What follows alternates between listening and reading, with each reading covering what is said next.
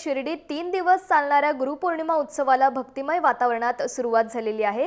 साईबाबांच्या फोटोची आणि पोथी विणेच्या मिरवणुकीनं या उत्सवास सुरुवात झाली। गुरुपौर्णिमेला शिर्डीत गर्दी असते। शिर्डीतील 3 प्रमुख उत्सवांपैकी गुरुपौर्णिमा एक महत्त्वाचा आहे। पहाटेच्या काकड आरतीनंतर साई मंदिरापासून साईंची प्रतिमा, वीणा आणि साई सच्चरित्र या ग्रंथाची मिरवणूक द्वारकामाईपर्यंत काढण्यात आली। तर द्वारकामाईत अखंड पारायणाचं वाचन करून गुरुपौर्णिमा उत्सवाला सुरुवात झाली। उत्सवानिमित्त साई मंदिर आणि परिसर फुलांनी सजवण्यात आलाय। दरम्यान गर्दी लक्षात घेऊन साईबाबा संस्थानानं भाविकांच्या सोयी सुविधांसाठी जय्यत तयारी देखील केली आहे। तर दहशतवादी कारवाई रोखण्यासाठी पोलिसांची अतिरिक्त कुमक मागवण्यात आली। तसंच राज्यात सध्या हाय अलर्ट असल्यानं शिर्डीतही विशेष खबरदारी घेतली जाते।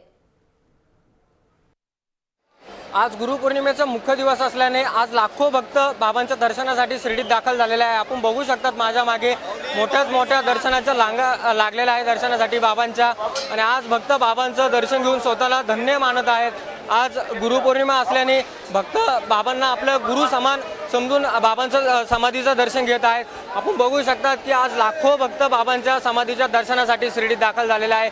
साईबाबा संस्थानकडनं भक्तांच्या दर्शनाच्या व्यवस्थेसाठी पासेस बंद ठेवण्यात आलेले आहे आणि सामान्य भक्तांना व्यवस्थित दर्शन मिळावं यासाठी VVIP पासेस साईबाबा संस्थानकडनं बंद ठेवण्यात आलेले आहे।